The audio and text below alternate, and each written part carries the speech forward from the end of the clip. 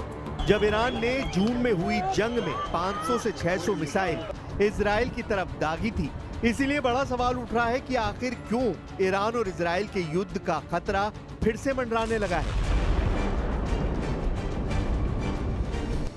क्या अमेरिका और इजराइल की रिपोर्ट्स मोसाद के अगले ऑपरेशन की तरफ इशारा कर रही हैं, जिसे नेतन्याहू के ऑर्डर पर बहुत जल्दी अंजाम दिया जा सकता है? ईरान के राष्ट्रपति मसूद पेजेश्कियान जो आशंका जता रहे हैं, उससे सवाल उठता है कि क्या ईरान में अब ऐसे धमाके फिर होने वाले हैं? क्या ईरान में युद्ध पार्ट 2 के लिए नेतन्याहू को दुनिया की सबसे खतरनाक खुफिया एजेंसी कुछ और आइडिया देने जा रही है? और उसे बहुत जल्दी अंजाम भी दे सकती है। इसमें कोई शक नहीं कि इजराइल की एयरफोर्स फिर से सुपर एक्टिव मोड में है। इजराइल के एयरबेस पर लगातार काम चल रहा है। यह है अमेरिका से सप्लाई किया गया MK-84 बंकर बस्टर बम। इसी बम से इजराइल ने अब तक गाजा के कोने कोने को मिट्टी में मिलाया है और ईरान पर भी ऐसे ही बमों से हमले किए गए हैं। लेकिन सितंबर महीने को लेकर नेतन्याहू की जो तैयारी है वो एक लंबे युद्ध की तरफ इशारा कर रही है।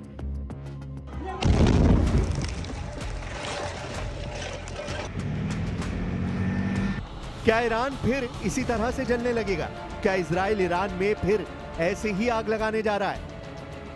क्या तेहरान समेत ईरान के शहरों में फिर ऐसा ही धुआं उठेगा? क्या ईरान में फिर 360 डिग्री पर मौत वाला खतरा मंडरा रहा है? क्या ऐसे पिन पॉइंट हमलों से ईरान के कमांडर फिर मारे जाएंगे? 2000 पाउंड या फिर 900 किलो के इस बम की ताकत क्या है, आप इन धमाकों को देखकर समझ सकते हैं। जब यह बम गिरता है तो ऐसा धमाका होता है जो पूरी बिल्डिंग को गिरा देता है। ऐसी तस्वीरें गाजा में भी देखी गई और लेबनान की राजधानी बेरूत में भी देखी गई। फरवरी में अमेरिका ने इजराइल को ऐसे 10,000 बम सप्लाई किए। अब जुलाई में ऐसे 7,000 और बम सप्लाई किए।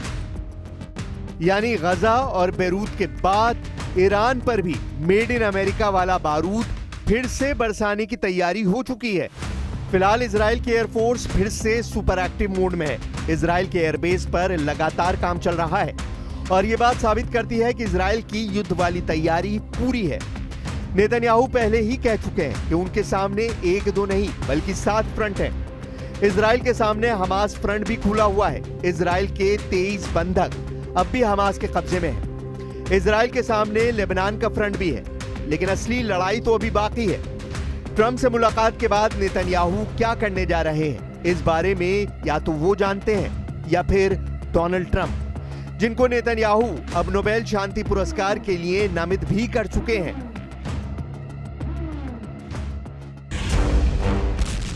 तेहरान में ये धमाका देखिए, रेड लाइट पर खड़ी कारों के उड़ते हुए चीथड़े। इस धमाके ने माचिस की डिबिया की तरह सब कुछ तहस नहस कर दिया। 13 जून को शुरू हुए युद्ध की शुरुआत इजराइल ने ऐसे ही हमलों से की थी। इस धमाके को देखकर किसी के भी रोंगटे खड़े हो जाएंगे। ये तेहरान पर हमले का वीडियो है। अब इजराइल की ख्वाहिश बता रही है कि वो इस धमाके से 10 गुना ताकत वाला ब्लास्ट करना चाहता है। सवाल वही है कि इस बार टारगेट पर कौन है? क्या ईरान के सर्वोच्च नेता अली खामनेई है? क्या ईरान के राष्ट्रपति मसूद पेजिशकियान है? या फिर ईरान की मिलिट्री लीडरशिप है?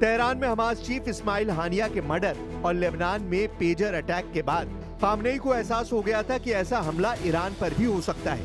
इसीलिए मोसाद की ट्रैकिंग से बचने के लिए ईरान में बहुत बड़ा अलर्ट जारी किया गया। बड़े बड़े लीडर चाहे खुद मोबाइल और बाकी कम्युनिकेशन उपकरणों से तो दूर रहें, लेकिन मोसाद बहुत चालाक निकला। इजराइल की एक खुफिया एजेंसी ने ईरान की लीडरशिप को खत्म करने के लिए तमाम हाई प्रोफाइल लोगों के साथ चलने वाले या फिर उनके करीब रहने वाले बॉडीगार्ड्स और ड्राइवर या फिर अधिकारियों तक को मोसाद ट्रैक करता रहा। न्यूयॉर्क टाइम्स में छपी खबर में बताया गया है कि मोसाद लगातार ईरान के नेताओं, ईरान के कमांडरों और ईरान के परमाणु वैज्ञानिकों की लोकेशन ट्रैक कर रहा था। लेकिन इन सब की ट्रैकिंग इनके बॉडीगार्ड्स के फोन के जरिए की जा रही थी। इनके ड्राइवर्स की फोन लोकेशन इस्तेमाल की जा रही थी और इसी ट्रैकिंग के जरिए मोसाद ने इजरायली वायुसेना को टारगेट लोकेशन भेजी, जिसके बाद ईरान को एक के बाद एक ऐसे झटके लगे जिसमें उसकी पूरी मिलिट्री लीडरशिप लगभग खत्म हो गई और पॉलिटिकल लीडर्स पर भी हमला हुआ। 12 दिन के युद्ध के दौरान इजराइल के हमलों में ईरान के करीब 1100 लोगों की जान गई। इनमें उनके कई सैन्य कमांडर और वैज्ञानिक भी शामिल थे। यमन पर हुआ यह हमला बता रहा है कि इजराइल के तेवर खतरनाक हैं। इस हमले में यमन के प्रधानमंत्री समेत कई नेताओं को मार डाला गया। इजराइल ने यमन पर इस बड़े हमले के बाद बताने की कोशिश की है कि उसके टारगेट पर अब ईरान है। ऐसे में सवाल है कि क्या इजराइल और ईरान का युद्ध फिर से शुरू होने वाला है? इस धमाके में इजराइल ने अपनी नई फायर पावर दिखा दी है।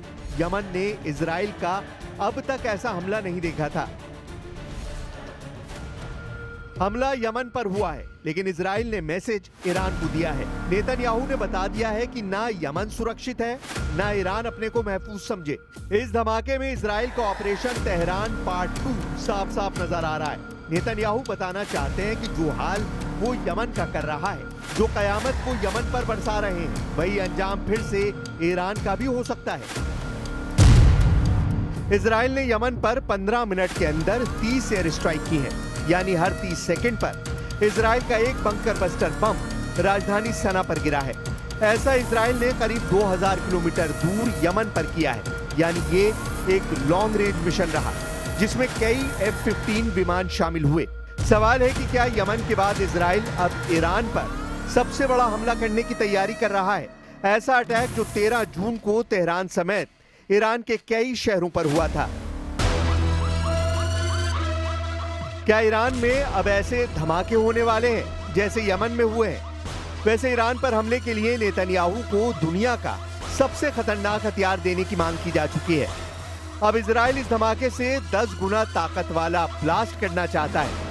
ऐसा सिग्नल अमेरिका से मिल चुका है, और अगर ऐसा होता है तो ईरान अगली बार कई गुना ज्यादा ताकत से ऐसा जवाब देगा कि इजराइल और उसके साथी हैरान रह जाएंगे।